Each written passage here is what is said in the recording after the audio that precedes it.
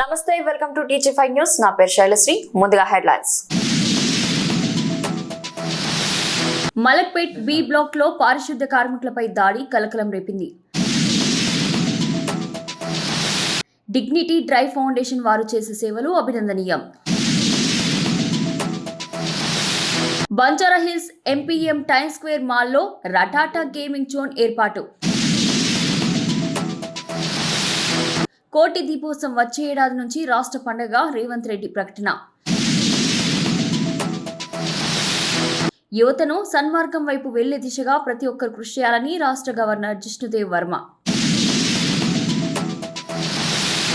Cantonment Kakaguda పరిధిలో Shri Ganesh foundation ఆధ్వర్యంలో ఉచిత వైద్య శిబిరం మరియు ఉచిత కంటి పరీక్షలు. సికింద్రాబాద్ కంటోన్మెంట్ బోర్డు పరిధిలో నిర్మిస్తున్న ఎలివేటెడ్ కారిడార్ పనులను పరిశీలించి అధికారులు. వరంగల్ సూపర్ స్పెషాలిటీ హాస్పిటల్ నిర్మాణ ఖర్చు పెంపుపై వివాదం. బస్సు ప్రమాదంలో తల్లిదండ్రులను కోల్పోయిన ఇద్దరు చిన్నారులకు చేవెళ్ల ఎంపీ కొండా విశ్వేశ్వరరెడ్డి భరోసా.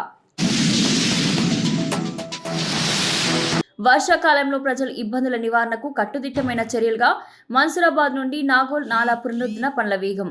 తిరిగి బులెటిన్ కి స్వాగతం. మలక్పేట బి బ్లాక్ లో పారిశుద్ధ కార్మికులపై దాడి కలకలం రేపింది. గంజాయి మత్తులో ఉన్న ఓ వ్యక్తి మహిళా కార్మికులపై దాడి చేసి ఇద్దరిని తీవ్రంగా గాయపరచడం జరిగింది. ఈ ఘటనపై బాధితులు పోలీసులకు ఫిర్యాదు చేయడం జరిగింది. గతంలో కూడా పారిశుద్ధ కార్మికులపై దాడులు జరిగినట్లు తెలిసిందే. బాధితులను పరామర్శించిన బీజేపీ భాగ్యనగర్ జిల్లా అధ్యక్షుడు నిరంజన్ యాదవ్ మీడియాతో మాట్లాడుతూ వరుసగా పారిశుద్ధ కార్మికులపై జరుపుతున్న దాడులు అరికట్టేందుకు పోలీసులు నిందితులపై కఠిన చర్యలు తీసుకోవాలని, మరోసారి ఇలాంటి ఘటనలు పునరావృతం కాకుండా కఠిన చర్యలు తీసుకోవాలని మలక్పేట ఏసీపీ సుబ్బిరామ్ రెడ్డిని కోరారు.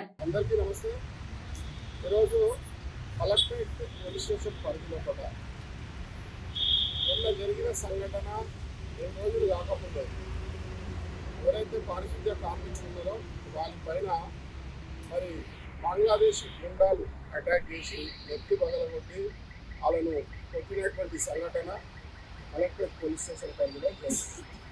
అది మరవకముందే మళ్ళీ రెండో రోజు ఈరోజు మరొక రౌడీ మూక రోజువారీ విధుల్లో భాగంగా పారిశుద్ధ్య కార్మికులు వారు విధులు నిర్వహిస్తున్న సందర్భంలో కూడా వారిని రికమెండ్ చేసి కొట్టి అందరినీ కూడా గాయపరిచి అసభ్యకరమైనటువంటి ఒక పద్ధతిలో కూడా మహిళలను బయటెక్కమని చెప్పి అదే రకంగా పారిశుద్ధ్య కార్మికులపై అటాక్ చేసినటువంటి యొక్క ఈ రౌడీ మూకలను వెంటనే అరెస్ట్ చేయాలని పదే పదే పోలీసు శాఖకు విజ్ఞప్తి చేసేప్పటికీ ఎక్కడ కూడా వారిపైన కఠిన చర్యలు తీసుకోవడానికి కారణంగా ఈరోజు పునరావృతం జరిగిన సంఘటన మళ్ళీ పునరావృతం అవుతున్నది.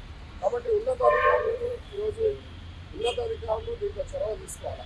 గాంజాయి బ్యాచ్ అలాగా, రౌడీ ముక్కలు అలాగా, బంగ్లాదేశ్ గుండెలు అలాగా ఈ నగరం లోపల ఎక్కడ కూడా శాంతి భద్రతలు మరి అదుపులు చేయనటువంటి ఈ యొక్క పరిస్థితుల్లో కూడా ఈరోజు ప్రజలు స్వచ్ఛందంగా ఆందోళన చేయాల్సిన కర్మ ఈరోజు పట్టింది. కాబట్టి కాంగ్రెస్ ప్రభుత్వం ఎక్కడ కూడా లా అండ్ ఆర్డర్ విషయంలో కూడా మరి నిన్న కూడా దేవాలయం యొక్క చోరీ కానీ, దేవాలయాల మీద అటాక్ చేయడం కానీ ఇవన్నీ కూడా వరుస సంఘటనలు.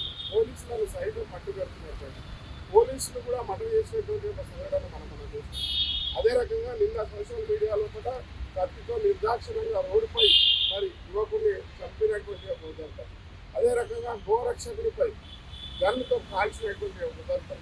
ఈరోజు ఎక్కడ కూడా శాంతి భద్రతలు లేకుండా కనీసం పారిశుద్ధ్య కార్మికులు నిరంతరం ప్రజల సేవలు అంకితమైనటువంటి వారుగా 3 గంటలకు లేచి 30-40 కిలోమీటర్ల నుంచి వారి యొక్క జీవనం మరి ఉపాధి కోసం వచ్చినటువంటి వారిని అటాక్ చేయడం అనేటువంటిది సత్య సమాజం అంతా కూడా తలదించుకునే రకంగా ఈరోజు పోలీసు యొక్క మన తీరును అందరూ కూడా నిందించేటువంటి సందర్భంలో కూడా ఈ ఘటనను తీసుకొని నేను వెంటనే ఉన్నతాధికారులు డీసీపీ గారు కలిసి వారిపైన కఠిన చర్యలు తీసుకోవాలా, వీరికి అందరికీ కూడా భద్రత కల్పించాలని కోరుతాననేటువంటి విషయం ఈ సందర్భంగా తెలియజేస్తూ ధన్యవాదాలు. డిగ్నిటీ డ్రైవ్ ఫౌండేషన్ వారు చేసే సేవలు అభినందనీయం అని ఖమ్మం పార్లమెంట్ సభ్యులు రఘురామ్ రెడ్డి తెలిపారు. ఉస్మానియా యూనివర్సిటీలో నాన్ టీచింగ్ హాల్లో డిగ్నిటీ డ్రైవ్ ఫౌండేషన్ ఆధ్వర్యంలో మెగా ఫుడ్ డిస్ట్రిబ్యూషన్ డ్రైవ్ 2025 కార్యక్రమాన్ని నిర్వహించారు. కార్యక్రమానికి ఎంపీ రఘురామ్ రెడ్డి ముఖ్య అతిథిగా హాజరై మాట్లాడారు. ఏమి ఆశించకుండా సొంత డబ్బులు పెట్టుకుని సేవ చేయడం అనేది గొప్ప విషయమన్నారు. ఇలాంటి వాళ్ళు చాలా తక్కువ మంది ఉంటారన్నారు. రానున్న రోజుల్లో ఫౌండేషన్ వారికి ఎటువంటి సహాయ సహకారాలు కావాలన్నా తాను ముందు ఉంటానని తెలిపారు. నల్ల రెనీ గారి ఫంక్షన్లో ఫుడ్ డిస్ట్రిబ్యూషన్ పిల్లలు పాల్గొన్నారు. వీళ్ళు చేసే పని అనేది ఎన్జిఓ పని అనేది చాలా గొప్ప పని. చాలా తక్కువ మంది దీంట్లో మనసు పెట్టి ఏమీ ఆశించకుండా సొంత డబ్బులు పెట్టుకొని ఇట్లా పనిచేయడం అనేది చాలా నోబుల్ ప్రొఫెషన్. చాలా తక్కువ మంది ఉంటారు. రూరల్ ఏరియాస్లో వర్క్ చేసినా ఇక్కడ వర్క్ చేసినా చూస్తున్న పిల్లలు ఈ రోజు నుంచి ఇక్కడ పనిచేస్తూ ఏమీ ఆశించకుండా పిల్లలు పనిచేస్తూ వీరు పనిచేస్తూ ఇటువంటి ఎన్జిఓస్ ఇంకా ముందుకు వచ్చి పనిచేయాలనేది అందరి కోరిక. పిల్లలు కూడా మేము చేస్తున్నాం అన్నమాట. కానీ ఏది ఆశించకుండా ఇక్కడ పనిచేయడం అనేది చాలా రేర్. ఈ ఫౌండేషన్ 2017లో స్టార్ట్ చేశారు. ఇప్పటికీ పనిచేస్తున్నారు. వారికి ధన్యవాదాలు తెలుసుకుంటున్నాను మన తరఫున. ఇదే విధంగా పనిచేయాలని ఆశిస్తూ ఏమైనా హెల్ప్ కావాలంటే తప్పక చేద్దామని చదువు. Banjara Hills road number 1 Nagarjuna సర్కిల్లోని ఎంపీఎం టైమ్ స్క్వేర్ మాల్లో నూతనంగా ఏర్పాటు చేసిన Ratata the biggest gaming zone ను ఆదివారం Indian Overseas Bank chief general manager Gopal ముఖ్య అతిథిగా హాజరై ప్రారంభించారు. ఈ సందర్భంగా ఆయన మాట్లాడుతూ నేటి పిల్లలు శారీరక క్రీడలకు దూరమై సెల్ ఫోన్లకు అతుక్కుపోతున్నారని, దీనివల్ల వారు మానసికంగా కూడా ఎన్నో సమస్యలు ఎదుర్కొంటున్నారని, చిన్న వయసులోనే కళ్లజోళ్లు వస్తున్నాయని అన్నారు. ఇటువంటి గేమింగ్ జోన్లు పిల్లలకు ఎంతగానో దోహదపడతాయని తెలిపారు. రటాటా గేమింగ్ జోన్ నిర్వాహకులు శైలజ కోటిబాబు మాట్లాడుతూ నగరంలో 25,000 చదరపు అడుగుల విస్తీర్ణంలో ఉన్న అతిపెద్ద గేమింగ్ జోన్ గా ఇది నిలిచిపోతుందని, సుమారు 50కి పైగా క్రీడలు ఈ జోన్ లో పిల్లలకు అందుబాటులో ఉంటాయని వారు తెలిపారు. పిల్లలకు శారీరక క్రీడలతో పాటు మానసికంగా ఐక్యూ లెవెల్స్ పెంచే ఆటలు కూడా ఇక్కడ ఉంటాయన్నారు. స్క్విడ్ గేమ్ సిరీస్ లో ఫేమస్ అయిన హైపర్ గ్రిడ్ గేమ్ కూడా ఇందులో అందుబాటులోకి తీసుకొచ్చామని తెలిపారు. ఈ కార్యక్రమంలో chartered accountant PVR Murthy, doctor Govardhan Reddy, Film Nagar housing society secretary Kaja Suryanarayana, Shiva, Sindhura, Anusha తదితరులు పాల్గొన్నారు. శైలజ, తెలుగులో చెప్పాను. నా పేరు శైలజ అండి. మేము రటాటా ఎంటర్టైన్మెంట్ ఫుల్ గేమింగ్ సెంటర్ లాగా స్టార్ట్ చేసాము. ఇది ఏంటంటే మెయిన్లీ కాన్సన్ట్రేటింగ్ ఈరోజు బయటికి వెళ్ళే ఆడుకునే పిల్లలది తక్కువైపోయింది. అంతా స్క్రీన్ టైం పెంచుకోవటం, అలా కాకుండా పిల్లలు విత్ ఫ్యామిలీ ఎంజాయ్ చేయడానికి అరౌండ్ 23,000 SFTలో రటాటా గేమింగ్ సెంటర్ని స్టార్ట్ చేశాము. రటాటా అంటే ఏంటంటే మెయిన్లీ రటాటా మీనింగ్ షూటింగ్ అని. ఇది చాలా తక్కువ టైంలో నేమ్ సెలెక్ట్ చేశాము, క్యాచీగా ఉంటుందని. సజెస్టెడ్ బై మా చిన్నల్లుడు శివ. ఇమ్మీడియట్లీ దాన్ని ఒప్పుకుని, దానిలో మీనింగ్స్ ఏమొచ్చింది అంటే షూటింగ్ అని ఒక అర్థం వస్తుంది, ఇంకోటి ఏంటంటే ఆట అనే ఒక పదం వస్తుంది, టాటా అనే పదం కూడా ఉంది. సో ది ప్రమోటెడ్ బై నేను, మా హస్బెండ్ కోటిబాబు గారు. అయినా కానీ this is totally developed by Sindhu, Shiva, Anu and Govardhan. మేము only behind the scene promoters. Totally మా ఇద్దరు డాటర్స్, అల్లుళ్ళే దాన్ని చూసేది. బట్ పెద్దవాళ్ళు ఇద్దరు డాక్టర్స్ కాబట్టి చిన్న అమ్మాయి, చిన్నల్లుడు దీన్ని మొత్తం చూసుకుంటారు. So totally it's like A gaming centre with family, with food. They can come and spend 2-3 hours time without, for kids also, no screening, no telephones, no TVs. Entertainment, totally entertainment. That is the only intention of the Ratata Gaming Center. Telangana ముఖ్యమంత్రి రేవంత్ రెడ్డి హైదరాబాద్ లో జరిగిన కోటి దీపోత్సవం కార్యక్రమంలో పాల్గొని కీలక ప్రకటన చేశారు. ఈ కార్తీక మాసంలో ప్రతి సంవత్సరం ఘనంగా నిర్వహించే దీపోత్సవాన్ని తదుపరి ఏడాది నుంచి అధికారికంగా రాష్ట్ర పండుగగా ప్రకటించబోతున్నామని తెలిపారు. హైదరాబాద్ లోని ఎన్టీఆర్ స్టేడియం వేదికగా ఈ సంవత్సరం కోటి దీపోత్సవం ఘనంగా జరుగుతుంది.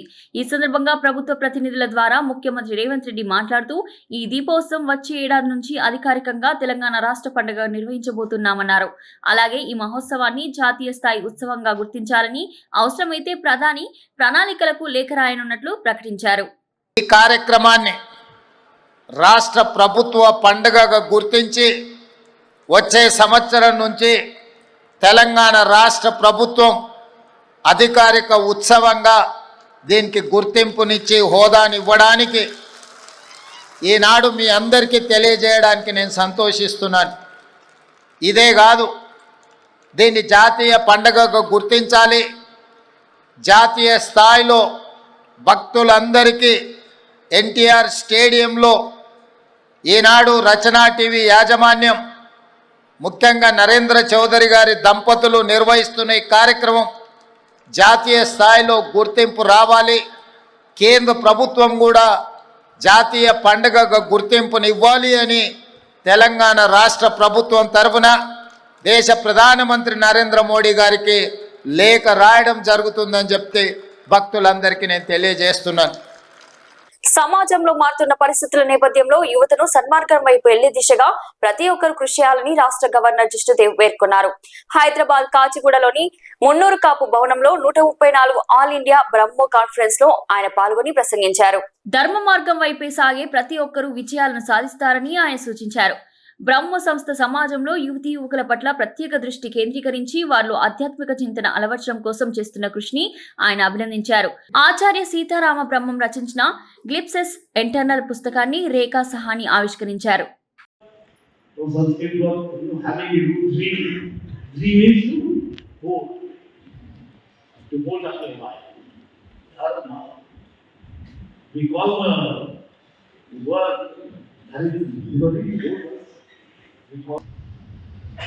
What to do? To just uproot your dharma. So 3 have to come from the root. 3 to hold, to behold, to bear the load. So as I said, they don't have a word for dharma, we don't have a word for religion. We will deliberate and go back into new ideas, new concepts that will encourage young people to join. It's important that these organizations which hold the Indian value system, which are so precious to us, should go to the young people. It cannot become an old man's Islam or an old lady's Islam. It has to be something, living. And because it is living, that's why it will survive 100 years, 150 years. My best wishes with you, and I wish you confident all success. Jai Hind, Jai Hind. Shri Ganesh foundation ఆధ్వర్యంలో మరియు Medicover Lions తుందో కంటి ఆసుపత్రి వారి సౌజన్యంతో cantonment పరిధిలో కాకాగూడ వాసవి నగర్ కాలనీలో ఉచిత వైద్య శిబిరం మరియు ఉచిత కంటి పరీక్షలు కంటోన్మెంట్ ఎమ్మెల్యే శ్రీ గణేష్ కుమారుడు శ్రీ గణేష్ ఫౌండేషన్ నిర్వాహకులు ముకుల్ ఆధ్వర్యంలో నిర్వహించారు.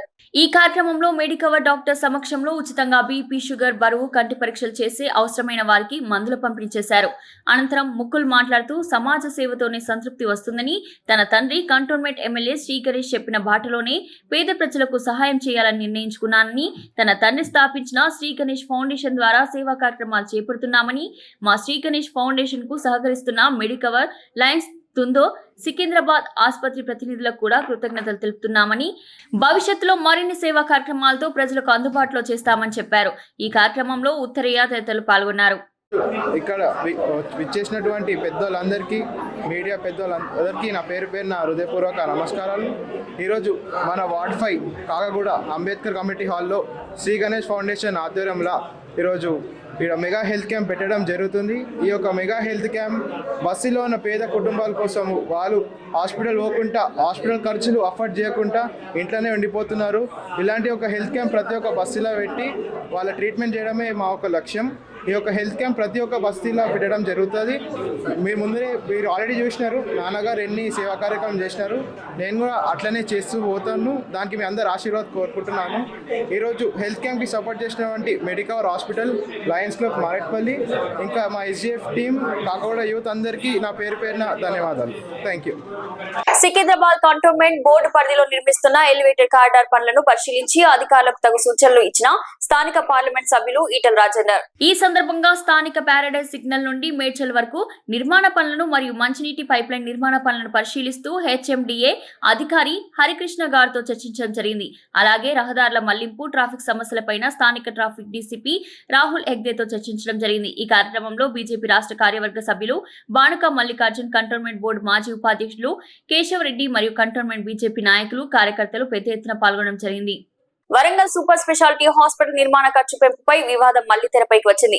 మొదటగా 1100 కోట్లతో నిర్మించాలని నిర్ణయించిన ఈ ప్రాజెక్ట్ బడ్జెట్ ఇప్పుడు 1700 కోట్లకు పెరిగింది. ఇంత భారీ మొత్తంలో ఖర్చు పెంపు ఎందుకు జరిగింది? కల్వకుంట్ల కవిత అని ప్రశ్నించారు. వరంగల్ నగరంలో నిర్మాణంలో ఉన్న సూపర్ స్పెషాలిటీ హాస్పిటల్ ఆరోగ్య వసతులను మెరుగుపరిచే దిశగా తీసుకున్న కీలక ప్రాజెక్ట్ ఇది. కానీ ఈ హాస్పిటల్ నిర్మాణ ఖర్చు పెంపుపై ఇప్పుడు వివాదం చెలరేగింది. మొదట 1100 కోట్లతో చేపట్టిన ఈ ప్రాజెక్ట్ బడ్జెట్ తర్వాత 1700 కోట్లకు పెంచబడింది. అంతా భారీ స్థాయిలో ఖర్చు పెంపు ఎందుకు అవసరమైందని కల్వకుంట్ల కవిత అని ప్రశ్నించారు. ఎంజిఎం హాస్పిటల్ మరి తీసేసి జైలు తీసేసి అక్కడ 20 ఫ్లోర్ల హాస్పిటల్ కడతామని చెప్పారు. ఎందుకు కడతలేరు ఏం సంగతి అని దాని గురించి ఆలోచన చేస్తే మళ్ళా అన్ఫార్చునేట్లీ అవినీతి రాజ్యం వెళ్తూ ఉన్నది.